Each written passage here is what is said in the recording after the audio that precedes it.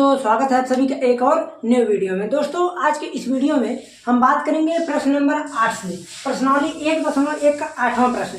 देखिए, आप लोगों को लग रहा होगा कि बहुत ही धीरे चल रहे हैं, क्योंकि हमको पता है कि बच्चों को चैप्टर नंबर 1 और चैप्टर नंबर 2, क्योंकि 2 में बेसिक ट्रिग्नोमेट्री का बहुत प्रयोग होता है, ठीक। तो 1 में तो बहुत ज्यादा, 1 में अगर मैं थोड़ा सा भी स्पीड दिखाऊंगा बच्चों को तो उन लोगों को लगेगा कि हमको कुछ समझ में नहीं आ रहा है, तो बच्चे लोग हो जाएंगे कंफ्यूज। इसलिए धीरे धीरे 2-2 क्वेश्चन, 3-3 क्वेश्चन, इसी में जो लगना है टाइम लगेगा।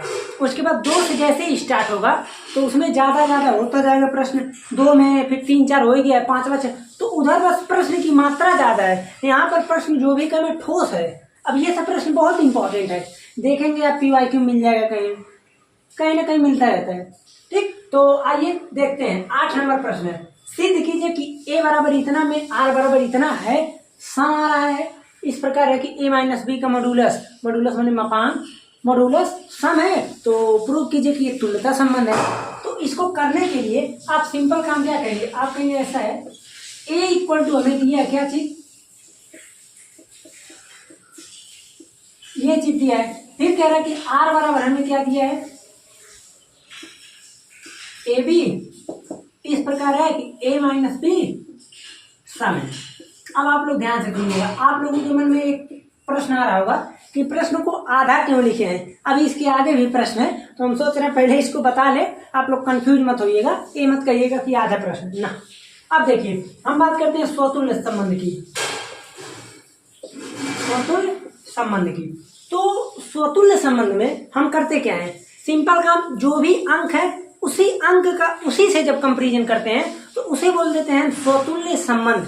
ओके, स्वतुल्य संबंध में सिंपल काम क्या करते हैं, जैसे यहाँ पर ए बी है तो हम सिंपल क्या करेंगे कि a comma a belongs to r। अगर ये चीज है तो हम कह देंगे कि a माइनस a का डिटरमिनेंट मॉडुलस क्या होगा, सम होगा। यानी 0 क्या है, आप कहेंगे 0 ना तो सम है ना तो विषम, लेकिन इस केस में हम सम लिख सकते हैं। ओके, तो यहां से हम ये बोल सकते हैं कि ये क्या है, a comma a belongs to r है, इसलिए ये स्वतुल्य संबंध होगा। ओके, आपके मन में थोड़ा सा भी संशय नहीं होना चाहिए। जैसे हम यहाँ पर सिंपली ये देख रहे हैं कि जो कि जैसे 0 को आप लोग जानते हैं, 0 ना तो सम होता है ना विषम, लेकिन यहाँ पर क्या लिया जा रहा है, यहाँ पर 0 को सम लिया जा रहा है। 0 कहीं कहीं सम भी लिया जाता है, कहीं कहीं विषम। ओके, ये ध्यान रखिएगा। ओके, अब हम बात करते हैं सममित संबंध की। सममित संबंध, जब सममित संबंध की बात आती है तो अगर a comma b belongs to r है, हमको कुछ नहीं करना है, हमको चाहे जो करे बीच में, हम जैसे मन करे वैसे करें, हमको b comma a belongs to r लाना है, बस इतना जान के रखिए। ओके, तो अब सभी को मैं मिटाता हूं। अगर a comma b belongs to r है तो आप कहेंगे ऐसा है, अब ये हो गया खत्म, इसमें डालना पड़ेगा नहीं। इसका मतलब ये होगा कि हम कह देंगे कि a माइनस बी का डिटरमिनेंट क्या चीज आ रहा है, डिटरमिनेंट मैं बोल रहा हूँ सम है, यानी मॉडुलस इसका क्या है, सम है। अगर a माइनस बी का मॉडुलस सम आ रहा है तो हम इसको थोड़ा सा सॉल्व कर सकते हैं। बच्चे लोग ध्यान दीजिए, हम लिख सकते हैं माइनस, लिख सकते हैं, आप लोग कहेंगे लिख क्यों नहीं सकते, माइनस को कॉमन ले लिए, इसके अंदर मॉडुलस के अंदर माइनस को क्या किए, कॉमन ले लिए। अब जैसे ही माइनस को मैं कॉमन लिया, अब आपको पता होना चाहिए कि डिटरमिनेंट मॉडुलस के अंदर, डिटरमिनेंट नहीं मॉडुलस यानी मापांक। अब मापांक के अंदर देखिए, मॉड फलन जब आता है, मॉडुलस फलन, तो मॉडुलस में क्या होता है, ये निगेटिव को नहीं रहने देता है, निगेटिव को प्लस कर देता है। तो यहां से हो जाएगा b माइनस a। अब a माइनस बी सम है तो b, ये भी क्या है, सम है, और ये क्या है, सम है। अब ये भी अगर सम है तो हम सिंपल काम कह देंगे कि b comma a belongs to r है। आया समझ में? आप कहेंगे बिल्कुल ठीक। अब हम बात करते हैं संक्रामक संबंध की। हमें लगता है कि एकदम अच्छे प्रकार से सब कुछ समझ में आ रहा होगा। सिंपल काम हमने क्या किया, स्वतुल्य संबंध के लिए, हाँ ठीक है, स्वतुल्य संबंध के लिए a कामा a रख दिया। सममित के लिए अगर a भी है तो हमको b कामा a लेकर आना है, बस इतना जानिए, ठीक है। अब हम बात करते हैं किसके, संक्रामक संबंध की। जब हम संक्रामक संबंध की बात करते हैं तो आपको पता होना चाहिए कि अगर a माइनस बी है, जैसे ए बी है, बी सी है, ए सी लाना है। ठीक है, तो हम यहां से अब देखिए पहले समझिए कि हम कहेंगे a comma b belongs to r तथा p comma c belongs to r. ये चीज है, आप कहेंगे बिल्कुल है। अगर a comma b belongs to r है तो इसका मतलब ये हो रहा था कि ए माइनस बी क्या है, सम है, तथा बी माइनस सी क्या है, आप कहेंगे ये भी वही है, सम है। अब इसको, अब ये चूंकि डिटर्मिनेंट में है, अब डिटर्मिनेंट से अगर इसको हम, डिटर्मिनेंट नहीं मॉड्यूलस है, अगर मैं डिटर्मिनेंट बोल रहा हूं तो इसको थोड़ा माफ कीजिएगा, मॉड्यूलस है। यहां से हम इसको कह सकते हैं कि a माइनस बी सम है। ठीक है, और तथा यहां से हम बोलेंगे कि b माइनस सी सम है। अब ये बताइए जब दोनों सम है तो दोनों को ऐड कीजिए, a minus B plus B minus C, ये कटा, a माइनस सी आ गया। अब इसको मैं मॉड्यूलस भी ले सकता हूं, तो अगर ये चीज हो गया तो हम सिंपल कह देंगे कि a comma c belongs to r, अतः यह संक्रामक संबंध है। ओके, अब देखिए, अब इसके आगे जो प्रश्न, ये सबको समझ में आ गया। ये बहुत ही आसान प्रश्न होता है, जब ऐसे मॉड्यूलस लगाओ तो सिंपल काम घुमा फिरा कर करना है। ए रख देंगे, एक बार उलट देंगे, एक बार बी सी बढ़ा देंगे, बी बी कट जाएगा, ए सी बच जाएगा। देखिए यहां पर जब ऐसा प्रश्न हो, अब तो आसानी से कर सकते हैं। इसके आगे प्रश्न दिया है कि प्रमाणित कीजिए कि 1 2 3 5 एक दूसरे से संबंधित है।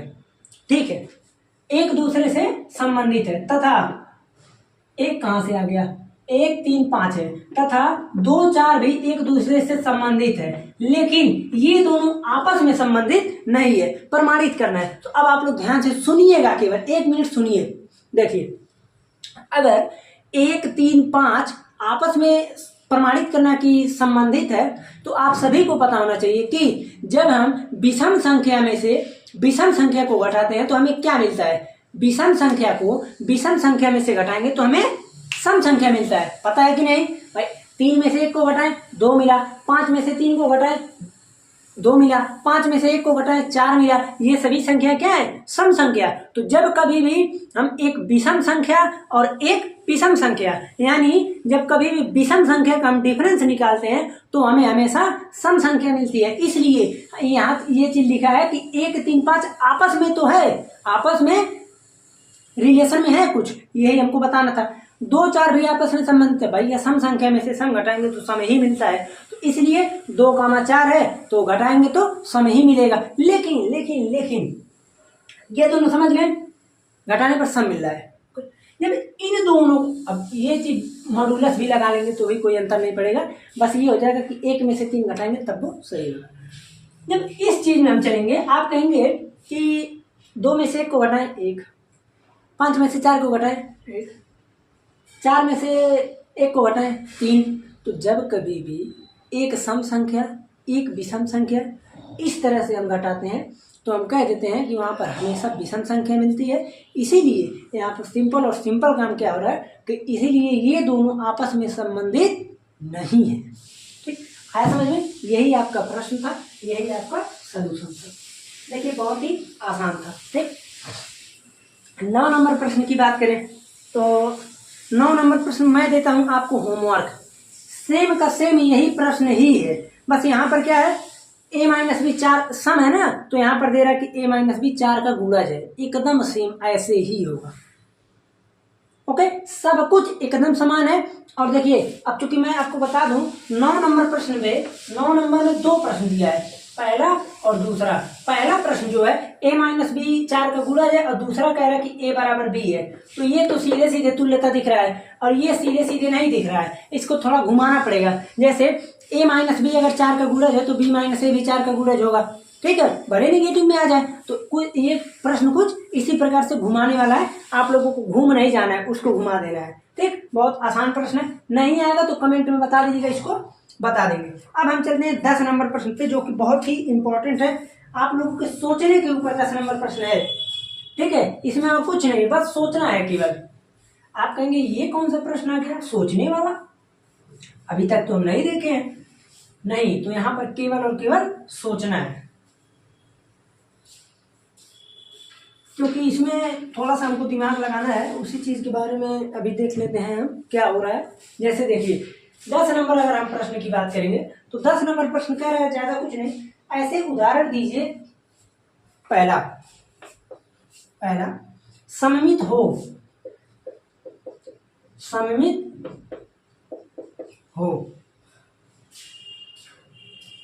देखिए ऐसे नहीं, मैं पूरे प्रश्न को एक कॉलम बना देता हूं। कैसे देखिए, कैसे, जैसे मान लीजिए मैं यहां पर लिख दिया सोतुल्य और मैं बात कर दिया सममित और फिर लिख दिया मैं संक्रामक। ठीक, अब इसे समझ जाइएगा, संक्रामक लिखा है, ये चीज है। अब इसी में मैं पहला प्रश्न, कितने प्रश्न है, 5 प्रश्न, दूसरा, तीसरा, चौथा, 5वां,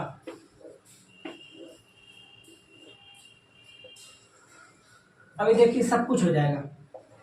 प्रश्न ही आसानी से हम लिख देंगे, पूरा लिखना भी नहीं पड़ेगा। ठीक, प्रश्न कह रहा है ऐसे संबंध का उदाहरण दीजिए और यहां पर लिखाता रहेगा हम लोगों का उदाहरण।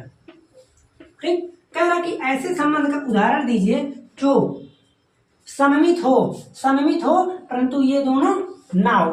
क्वेश्चन को समझिएगा, वैसे मत लिख दीजिएगा। दूसरा कह रहा है संक्रामक हो परंतु ये दोनों ना हो। फिर तीसरा कह रहा है स्वतुल्य तथा सममित हो, ये ना हो। फिर कह रहा है स्वतुल्य तथा संक्रामक हो, स्वतुल्य हो तथा संक्रामक हो किंतु सममित ना हो। फिर कह रहा है कि सममित तथा संक्रामक हो किंतु स्वतुल्य ना हो। अब देखिए, अब इसको हम थोड़ा थोड़ा दिमाग लगाते हैं। दिमाग क्या हमको लगाना है, जैसे देखिए अब हम बात करते हैं पहले प्रश्न की। अब इसमें से मैं पहले की बात करता हूँ। ठीक, उदाहरण की बात हटाते हैं क्योंकि हमको पूरा प्रूफ कराना पड़ेगा, आप लोग नहीं तो कहेंगे क्या कर दिए। जैसे देखिए अगर मैं पहले प्रश्न की बात करूं, इसमें से पहले प्रश्न की, तो आप लोग थोड़ा सा दिमाग लगाइए, तब तक हम इसको इंक पिला दें। ठीक है, थोड़ा सा दिमाग लगाना है। जैसे देखिए स्वतुल्य नहीं है, स्वतुल्य नहीं है का मतलब हो गया कि आप कोई भी लीजिए अंक, जैसे कोई भी आयु जब लेते हैं, देख रहे हैं कि भी खत्म हो गया क्या, गलत टाइम पे लीजिए, खत्म भी हो गया, गड़बड़ होगा ना, गड़बड़ होगा, खैर कोई नहीं, एडजस्ट कर लिया जाएगा, हम लोग इतने में ही खत्म कर देना है। देखिए अगर मान लीजिए स्वतुल्य है तो हम कहेंगे अच्छा ठीक है, कोई भी एक आयु की बात आ रही है। अब कोई भी यहाँ पर हम सेट लेंगे, जैसे मान लीजिए मैं ले लिया 1 2 3 का, ओके, 1 2 3 का अगर मैं सेट ले लिया तो यहाँ से मैं मान लीजिए जब रिलेशन निकालना हो, कुछ रिलेशन में इस प्रकार से निकाला कि रिलेशन निकाल लिया मैं 1 3 3 1 इस प्रकार से, बस, ओके। तो आप कहेंगे ऐसा है, हमें ये देखने में स्वतुल्य नहीं है, क्यों, क्योंकि स्वतुल्य के लिए हमें 1 1 2 2 3 3 रहना चाहिए, तो ये चीज तो है ही नहीं, तो हम यहाँ सीधे बोल देंगे कि स्वतुल्य नहीं है। क्यों, स्वतुल्य होने के लिए हमें 1 कामा 1 बिनाक्षुआर होना चाहिए, बट यही नहीं है तो 2 कामा 2 3 कामा 3 को तो हटा ही दीजिए, इसलिए ये नहीं है। जब हम बात करते हैं सममित संबंध की तो 1 3 और 3 1 है, तो इसलिए ये चीज है। जब हम बात करते हैं संक्रामक संबंध की तो संक्रामक संबंध के लिए हमें 1 3 3 1 अगर ये चीज है तो हमें 1 1 होना चाहिए कि नहीं, आप कहेंगे बिल्कुल होना चाहिए। अगर 1 3 3 1 है, जैसे ए कामा बी अगर मिला हमको तो बी कामा सी भी चाहिए, अब बी को हटाइए तो ए सी चाहिए कि नहीं, आप कहेंगे बिल्कुल भाई, बी को हटाइए तो ए सी चाहिए ही चाहिए। ठीक, तो इसलिए ये चीज हो गया। गलत सेंस में मत लेकर जाइएगा, थोड़ा समझदार है आप लोग, कुछ ज्यादा ही सोच लेंगे। ठीक, तो इसलिए ये चीज यहाँ से हम कह सकते हैं कि ये पहले उदाहरण के लिए सेटल हो गया। ठीक, अब हम बात करते हैं दूसरे एग्जाम्पल की, यानी दूसरे प्रश्न की, इसी के दूसरे प्रश्न की। देखिए ये तो बहुत खतरनाक प्रश्न है भाई, सोचना पड़ेगा। चलिए इसी आयु को इसी सेट को ले लेते हैं, 1 2 3 को ही ले लेते हैं, देखते हैं क्या होता है। बनाएंगे, थोड़ा टाइम लगेगा और क्या। देखिए ए बराबर मैं ले लेता हूं 1 2 3। अब देखिए स्वतुल्य है, नहीं है, तो स्वतुल्य अगर नहीं है तो आप कहिए ऐसा है, रिलेशन बनाते समय आप 1 1 सममित भी नहीं है, सममित भी नहीं है, हमें संक्रामक भर लाना है तो सोचना तो पड़ेगा ही। तो देखिए ये यहाँ से हम अगर इसको निकालें, ये भी नहीं है, देखिए एक एक मिला तो हम ये ले लेते हैं 1 2, ठीक, ये मिल गया, एक एक है तो आप कहेंगे एक एक बना, ठीक है। फिर उसके बाद 1 2 ले लिया तो एक एक 1 2, एक एक को हटाएं तो 1 2 है। देखिए क्या ये संक्रामक संबंध है कि नहीं? आप कहेंगे बिल्कुल है। कैसे? जैसे देखिए अगर मैं यहाँ से इसकी मैं बात करूं तो ये चीज तो सब कुछ होता है, आपको पता होना चाहिए कि ये स्वतुल्य भी होता है, ये संक्रामक, ये सब कुछ होता है। तो इसको हटाइए। अब मैं इसकी अगर बात करूं, जैसे ये चीज, हाँ ये तो सब कुछ होता है, इसको हटा ही दीजिए। क्यों होता है? देखिए जैसे जब हम किसी रिलेशन की बातें करते हैं, ऐसी रिलेशन की जिसमें ये तीनों रहता है, तो ये स्वतुल्य भी होता है, सममित भी होता है और संक्रामक भी होता है। लेकिन यहाँ पर क्या है, ये चीज तो है, यहाँ जब हम लेकर चल रहे हैं तो 1 2 मिला हमको, 1 2 मिल रहा है तो 2 से भी शुरुआत होना चाहिए कोई। तो अगर 2 से भी शुरुआत करें तो मान लीजिए हम ले लिए 2 3, ठीक है, और 2 3 लिए तो 2 2 हटाइए, 1 3 भी रहना चाहिए, तो 1 3 हो गया, ठीक, इतना बढ़ गया मैटर। अब ये बताइए जब इतना मैटर बढ़ा तो जाहिर सी बात है कि हमें सब कुछ का जांच करना पड़ता है। ये ध्यान दीजिएगा, सब कुछ का जांच यानी सभी का जांच करना पड़ता है। तो सभी का जांच जब करेंगे तो अब 1 2 का हुआ तो अब इस पे आइए, 2 3 है तो अब 3 से भी शुरुआत कोई होना चाहिए। तो इस प्रकार देख रहे हैं कि ये बहुत ही कॉम्प्लिकेटेड होते चला जा रहा है। आप लोग इसका क्या कीजिएगा, इसका आंसर कमेंट में जरूर बताइएगा। इसमें हम जैसे पहले से ही हम थोड़ा बहुत सोचते हैं कि लिख कर रख लें ताकि आप लोगों को कोई समस्या ना हो। इसमें यहाँ पर सिंपली अंक को लेकर समझाया जाए तो बेहतर रहेगा, क्योंकि मैथमेटिकल में अगर हम चलें केवल अंक भर लें तो आप लोगों को होगा समस्या। ठीक है, ऐसा कीजिएगा आप लोग इसका एग्जाम्पल, ठीक है, सोचिएगा, और अगर नहीं सोच पाएंगे तो इसका एग्जाम्पल अभी हम शॉर्ट वीडियो के माध्यम से बता देंगे, या फिर अभी हम सोच के इसको बता देते हैं। टाइम लगेगा, यहाँ पर टाइम नहीं लगना चाहिए ना, टाइम यहाँ लगेगा तो गड़बड़ जाएगा। ठीक, तो अब हम बात करते हैं इसमें तीसरे की। अभी इसको बैठेंगे शांति सोचेंगे तब आएगा दिमाग में। तीसरे प्रश्न की बात करते हैं। तीसरा प्रश्न कह रहा है कि ये तो खैर हो जाएगा, स्वतुल्य हो और सममित भी हो, तो चलिए 1 2 3 को ही ले लीजिए, 1 2 3 को ही ले लीजिए। तो आप कहेंगे ऐसा है, अब मैं यहाँ से अगर r निकालूं तो 1 1 2 2 3 3, ये चीज तो हमने ले लिया। इससे क्या हो गया, ये स्वतुल्य संबंध हो गया। और जब हम सममित भी लाना चाहते हैं तो कोई नहीं, 1 2 लिए तो हमें 2 1 भी चाहिए। ठीक है, अब मान लीजिए 1 3 की बात करूं तो 3 1 भी चाहिए। ठीक है, अब यहां से 1 2 का ये सब तो सब कुछ रहता है। 1 2 का अगर मैं चेक करूं तो 1 2 यहां है तो 2 भी रहना चाहिए क्योंकि सम्मित है, 2 भी रहना चाहिए। एक मैं यही बढ़ा, हाँ 2 अगर है तो 2 2 हटा, 1 1 तो है ही है। अब मैं 2 1 की बात करूं तो 2 1 है, उसके बाद 1 3 है। देखिए 2 1 है, अब 1 से शुरुआत यहाँ भी है तो 1 2 है तो 2 2 तो रहेगा ही रहेगा। 2 1 है तो 1 3 है, और 1 1 हटा तो 2 3 रहना चाहिए, 2 3 इसमें नहीं है। तो इसलिए ये क्या है, आप कहेंगे कि स्वतुल्य है, सम्मित है, संक्रामक नहीं है। क्यों नहीं है, आप लिख देंगे कि 2 a बिलोंग्स टू r तथा 1 3 बिलोंग्स टू r। ओके, ये भी है, लेकिन but 2 3 does not belongs to r, इसलिए ये संक्रामक संबंध नहीं है। आया समझ में? अब हम बात करते हैं किसकी, चौथे की।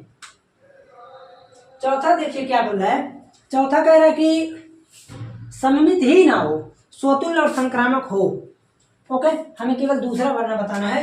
ओके, ये बताना है और सब हो गया। जैसे अब हम बात करें चौथे की, तो चौथा आप लोग दिमाग लगाइएगा थोड़ा। जैसे देखिए ये सब प्रश्न वैसे तो पेपर में आने वाला नहीं है, लेकिन आप लोग को सोचने की समझने की क्षमता थोड़ा बढ़ जाएगा। जैसे देखिए चौथे प्रश्न की अगर मैं बात करूं तो चौथा प्रश्न क्या है, स्वतुल्य तथा संक्रामक हो, स्वतुल्य तथा संक्रामक हो किंतु सम्मित नहीं हो। अगर मैं एग्जाम्पल की बात करूं तो इसमें मैं लिया हूं कौन सा एग्जाम्पल, कोई भी एग्जाम्पल लेकर सेटिस्फाइड करा सकते हैं। ठीक है, सममित तो होगा ही, नहीं होगा नहीं। जैसे देखिए यहाँ पर मैं एक रिलेशन ले रहा हूं, जैसे r बराबर मैं ले लिया अगर कि a कामा b, इस प्रकार है कि a cube greater than b cube. अब क्यों मैं इसको लिया हूं, ध्यान से समझिएगा। जैसे मैं इसको इसलिए लिया क्योंकि जब यहां से हम स्वतुल्य निकाल रहे हैं तो हमें दिख रहा है, स्वतुल्य दिख रहा है, हो रहा है स्वतुल्य, लेकिन जब हम सममित की बात कर रहे हैं तो सममित नहीं हो रहा है। क्यों भाई, मैं लिया 1 2 2 3, 1 और 2 को हटाइए, मैं लिया 2 3, आप कहेंगे 2 का क्यूब 8 ग्रेटर देन 3 का क्यूब 27। ये अभी के लिए छोड़िए, गलत है, लेकिन जब इसको मैं उलट दिया 3 2, 3 का क्यूब 27 ग्रेटर देन 8, ये चीज आप देख रहे हैं कि बराबर ही नहीं है। अब 1 2 को मैं लेकर चलूं तो 1 और 8, फिर आएगा 8 1, तो इसलिए यहाँ पर ये चीज क्या है, इस रिलेशन से हमें ये दिख रहा है कि ये क्या है, स्वतुल्य संबंध तो है, स्वतुल्य दिख रहा है, सीधे दिख रहा है, क्योंकि मैं अभी फर्स्ट में लगभग चौथा या पांचवा प्रश्न में बताया था इस प्रकार से एक ही बना था। ठीक है, तो हमें दिख रहा है कि स्वतुल्य भी है और सममित नहीं है, संक्रामक भी मिल जाएगा आपको। ठीक, संक्रामक कैसे मिलेगा, जैसे उसी प्रकार से एक बता दे इसको, जैसे हमने एक प्रश्न आपको बताया था कि अगर a क्यूब ग्रेटर देन है b क्यूब, फिर b क्यूब ग्रेटर देन है इससे c क्यूब के, तो मैं इसको b वाले को रैंडमली हटा कर लिख सकता हूँ a क्यूब ग्रेटर देन है इक्वल टू c क्यूब। मैं ये चीज आपको बताया था, तो इसलिए ये संक्रामक संबंध है, लेकिन ये नहीं है। क्या नहीं है, आया समझ में? तो देखिए बहुत ही आसान प्रश्न है, आपको केवल समझना है। ठीक, 5 नंबर की हम बात करें, 5 नंबर में अगर बात करें तो ये तो इससे आसान कुछ हो ही नहीं सकता। इसका आंसर आप लोग कमेंट में जरूर बताइएगा, मैं नहीं बताने वाला हूँ। ठीक, 5वां नंबर देखिए बहुत ही आसान है, 10 प्रश्न तक हो गया एकदम अच्छे तरीके से। अगर मैं इसके आगे बात करूं, देखिए 11 नंबर प्रश्न और 12 नंबर प्रश्न, ये आप लोगों का जिम्मेदारी है, इसको होमवर्क के रूप में कर लीजिएगा। वैसे रहने दीजिए, लेकिन हाँ 11 नंबर मैं देता हूँ होमवर्क। ठीक, और 12 से लेकर के 16 तक अगले लेक्चर में इसको खत्म कर दिया जाएगा। ठीक, तो आज का लेक्चर यही रहने देते हैं, चलते हैं, मिलते हैं फिर अगले लेक्चर में। ज़्यादा बड़ा वीडियो बनाना उचित नहीं है, तो अगले लेक्चर में मिलते हैं। धन्यवाद।